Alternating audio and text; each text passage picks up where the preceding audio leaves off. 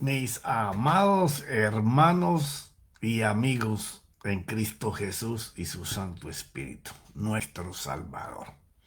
Bueno, seguiremos hablando sobre la transformación de la mente, porque esto tiene una importancia sublime para cambiar la ruta en nuestro camino y poder vivir de esa herencia que ganó nuestro Señor en la cruz, y que para que tuviéramos la garantía de que lo lográramos, el Señor se nos metió por dentro dándonos de su espíritu. Aquellos en la antigüedad le venían por chispazos, pero ahora Dios decidió meterse dentro de nosotros, el Dios pleno. Y el Espíritu Santo en esta temporada de gracia y sobre todo en el tiempo en que estamos viviendo, va a ser de suma importancia que el Espíritu Santo nos revele a Cristo para que el hombre nuevo en él pueda fluir con poder. Entonces, estamos ya a escasos capítulos de terminar, ya no me atrevo ni a decir cuándo, porque es bien importante saber pensar de acuerdo a cómo Dios ve que nosotros podemos ser y lo que Él dice que nosotros tenemos y lo que Él dice que se puede hacer. Porque cuando comencemos a hablar de la abundancia del Espíritu Santo viviendo en este templo, entonces podremos manifestar lo que el apóstol Pablo decía: mi evangelio no está lleno de palabras solamente, sino de la gracia y el poder de Dios que es visible. Entonces he tomado como un ejemplo, muchas veces te he hablado del rey David, es uno de mis favoritos. ¿Por qué uno de mis favoritos? Porque el hombre vive muchas etapas, desde su infancia, su niñez, su pubertad, su juventud y su madurez, de lo que es el común denominador de la gente. No todos llegan a la cima como él llegó, pero todos pasamos por cosas muy parecidas. Y entonces David, que te he hablado en muchas enseñanzas de su vida, no te la voy a parafrasear toda porque me tomaría todo el tiempo, pero te voy a recortar algunos apartes. David nació producto de una infidelidad de su esposa con un hombre que ya tenía dos hijas con esa esposa, que era Haz. Y cuando el niño fue creciendo, él vio que sus dos hijas eran trigueñas, como era normal en aquel matrimonio, pero resulta que este niño cuando crecía era blanco, rubio y de ojos azules. Entonces llegó un momento en que este hombre echó a su esposa por adulterio con este muchacho y su madre no tuvo otra opción que llevárselo a Isaí. Pero resulta que apenas llegó, eso se formó un trauma muy grande en esa familia. Y él, para que no se destruyera ese hogar que tenía 7 hijos, varones todos, eh, decidió mandar a David con los pastores. Dice, todos los estudios judaicos y los escritos que ellos mantienen de muchos años atrás, que se supone que David tenía entre 5 y 7 años cuando llegó a esa casa, en donde fuera rechazado por sus hermanastros. Por eso su padre se vio obligado a enviarlo con los pastores. Entonces vemos a un niño que pensaba que nada era su padre y ahora se da cuenta que era su padrastro y que el padre biológico lo rechazaba y que sus medios hermanos también lo hacían.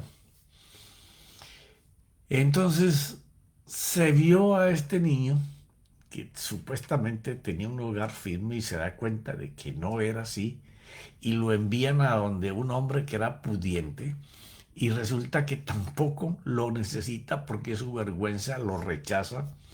Es el bastardo en la familia. Pocas veces iba David a la casa de su padre. No lo cuenta la Biblia, pero se supone que si al ser rechazado y sus hermanos le hablaban, sus bellos hermanos le hablaban mal, ese era un ambiente tóxico para él. Entonces David comenzó a levantarse entre los pastores. No dice la Biblia esa manifestación de cómo fue su vida con ellos, pero yo voy a tratar de parafrasearte lo que es la vida de un niño de esa edad en medio de hombres mayores que cuidaban rebaños. Me imagino que David no solamente enseñó, aprendió a cuidar de las ovejas, a pastorearlas, sino que tenía que llevarlas largas distancias a comer y a beber agua. Al tiempo se dio cuenta que los pastores se defendían con una honda y una piedra para asustar los animales o para castigarlos o para herirlos, pero también tenía que aprender a solamente alertar las ovejas y no castigarlas. Entonces yo me imagino a este joven aprendiendo la rutina de los pastores y los pastores, como se narra en los escritos antiguos, solían en las tardes una hoguera, comer algo y comenzar a contar historias del pueblo de Israel desde el principio que ellos conocían y hablar de ese Dios todopoderoso. Pues David tuvo que aprender todo esto con ellos y aprender a ser diestro con la honda y la piedra como lo eran sus maestros pastores. Y me imagino a David siendo recomendado por ellos a confiar en el Señor, a creer en Él, a hablar de que era todopoderoso, de que era magníficamente bueno, que era un buen padre, que sabía escuchar a sus hijos y cómo irle contando historias de Abraham, de Jacob, de Isaac, de Moisés y toda esta historia que había de hombres que habían creído y confiado en él. Y este joven fue creciendo bajo esas instrucciones y comenzó a conocer personalmente a ese Padre Dios que no lo rechazaba, sino que le amaba. Y esto es muy importante de recalcar porque lo vamos a ver más adelante en las actitudes y en la palabra que David hablaba. La dependencia completa de ese Dios.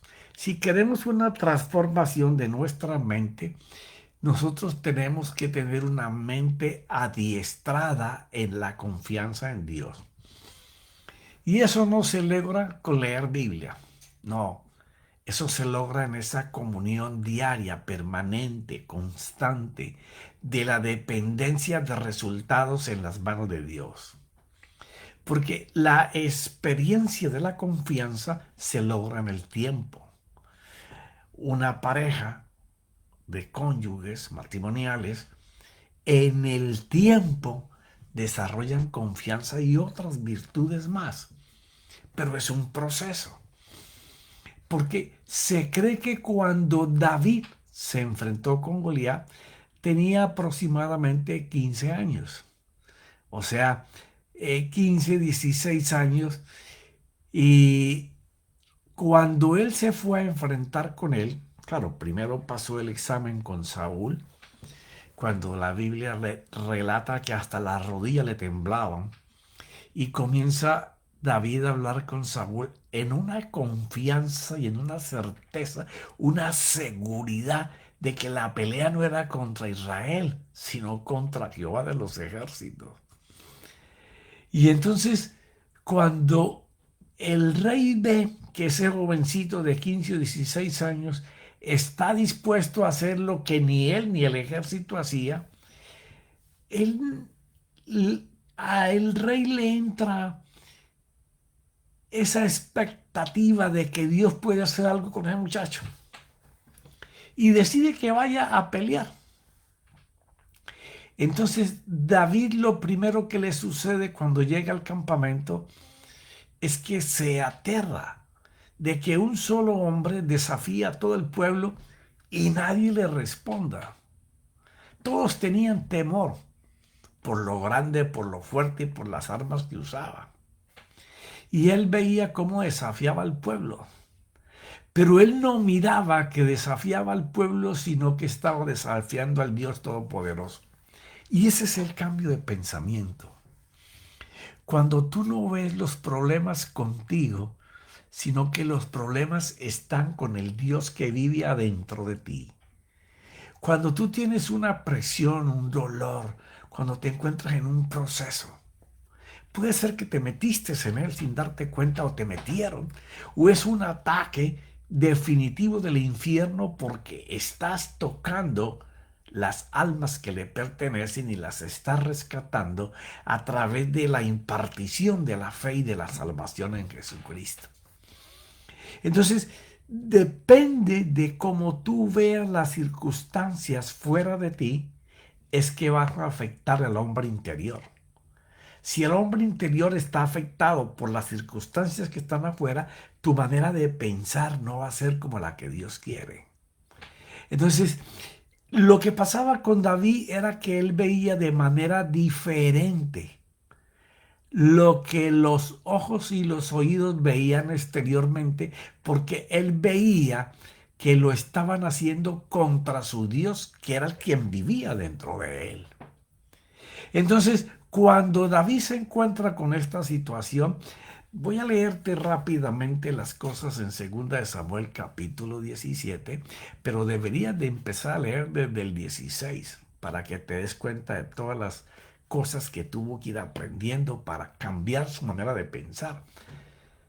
No como el niño rechazado por su padrastro y por su padre y que avergonzaba a sus hermanos en esa casa, sino como el hombre que ya ignoraba a esos dos padres en su corazón, pero sí tenía el afecto grande por el Padre Eterno, el que le cambió su manera de oír y ver los problemas, porque para enfrentarse con un oso y con un león, de verdad que tenés que tener a Dios poderoso dentro de ti para poder derribar a esos animales y destruirlos.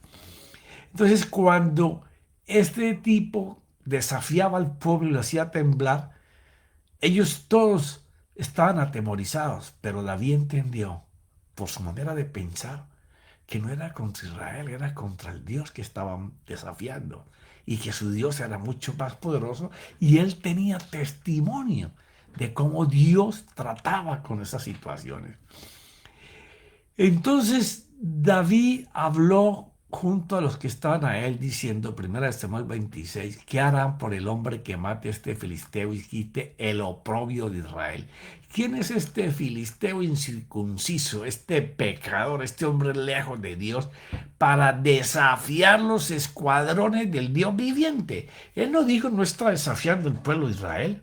Él no dijo, no me está desafiando a mí, está desafiando a Dios. Y eso es muy importante cuando estamos en un proceso, en un dolor, en una aflicción que no le vemos salida. Señor, yo no sé si entré aquí por mi decisión, por una mala decisión. No sé si fue que me metieron, pero no sé cómo estoy aquí. Pero la pelea no es contra mí, es contra ti, lo que yo creo que tú puedes hacer.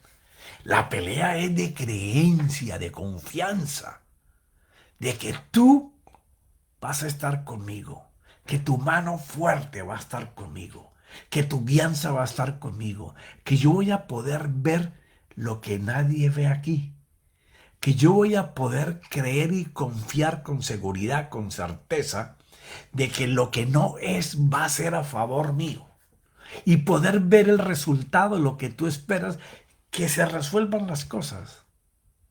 Por eso él habla de que no desafía a Israel, ni está desafiando al rey ni a él, es a los escuadrones del Dios viviente. Llegó alguien con una mente gobernada por Dios y habló sabiendo que él era todopoderoso para poder hacer que las cosas cambiaran. Que no se había metido con él, sino que se había metido con Dios.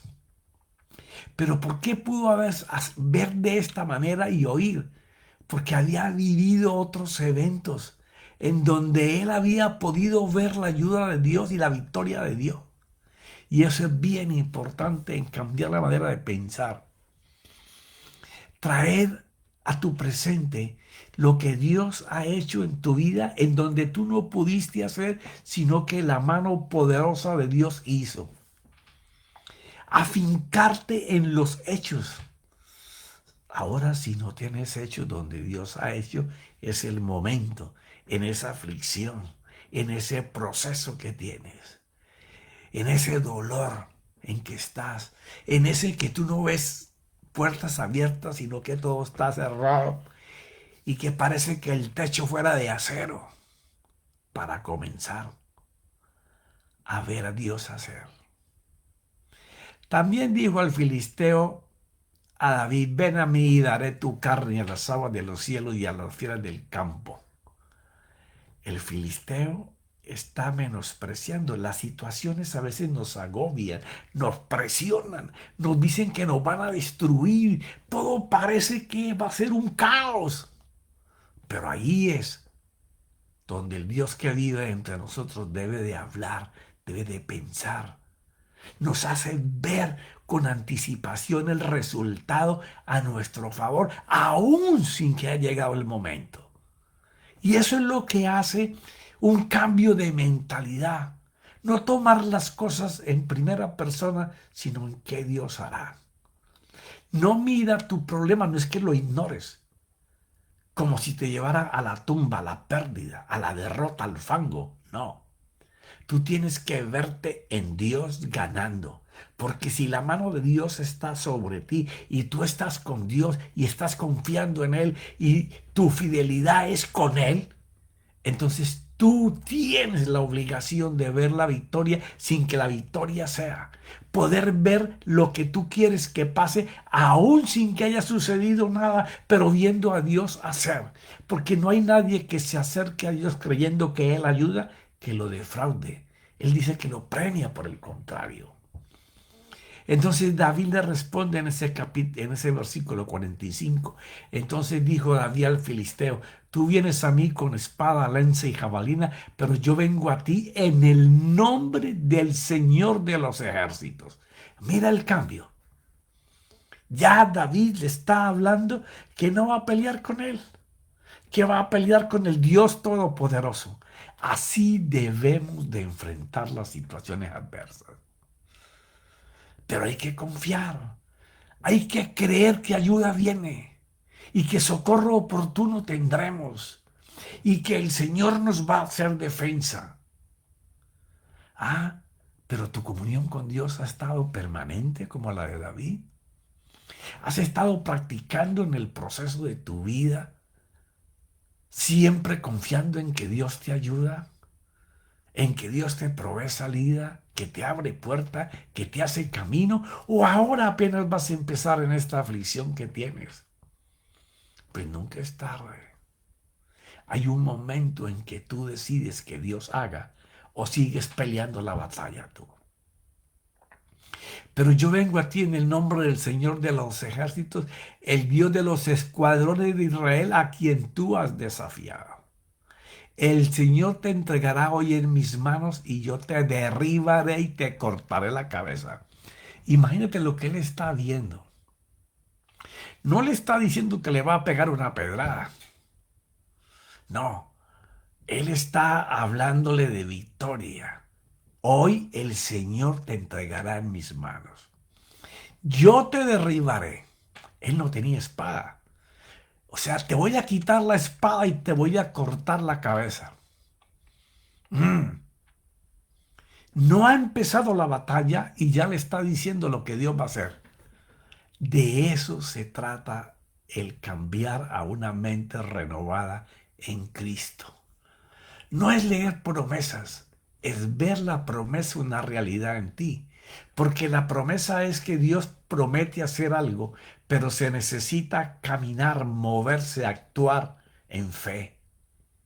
Es oír diferente, pensar diferente y hablar diferente a la circunstancia a la que te estás enfrentando. Pudiendo ver a Dios hacer, porque dice que no hay nadie que se acerque a Él creyendo que Él es el que va a hacerlo.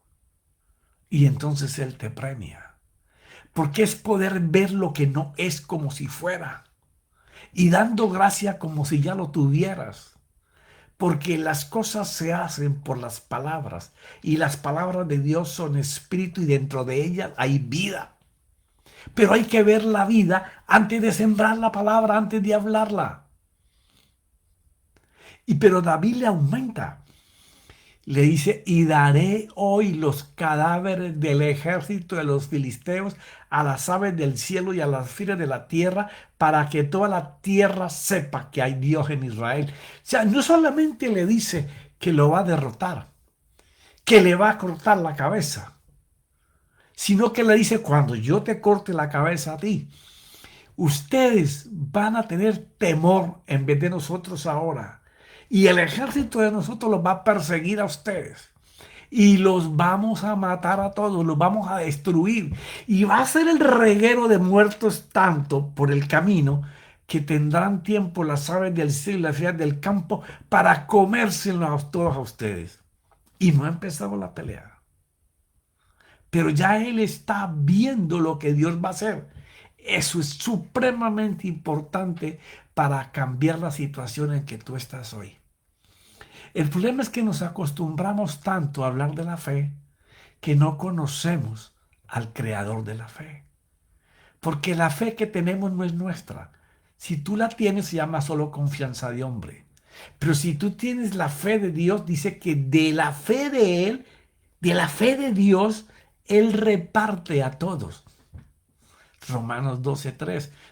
Cuando el capítulo 12, en el 2 y en el 1, nos habla de sacrificar el culto racional y de cambiar la manera de pensar, aunque nos duela cambiarla.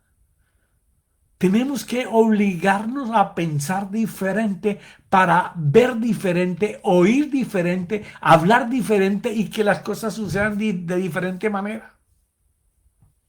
Es la única manera que hay para cambiar. Tú no puedes pensar que las cosas van a cambiar en tu camino si tu manera de pensar todavía está atado al hombre viejo, sujetado a las pasiones y a los deseos de su cuerpo.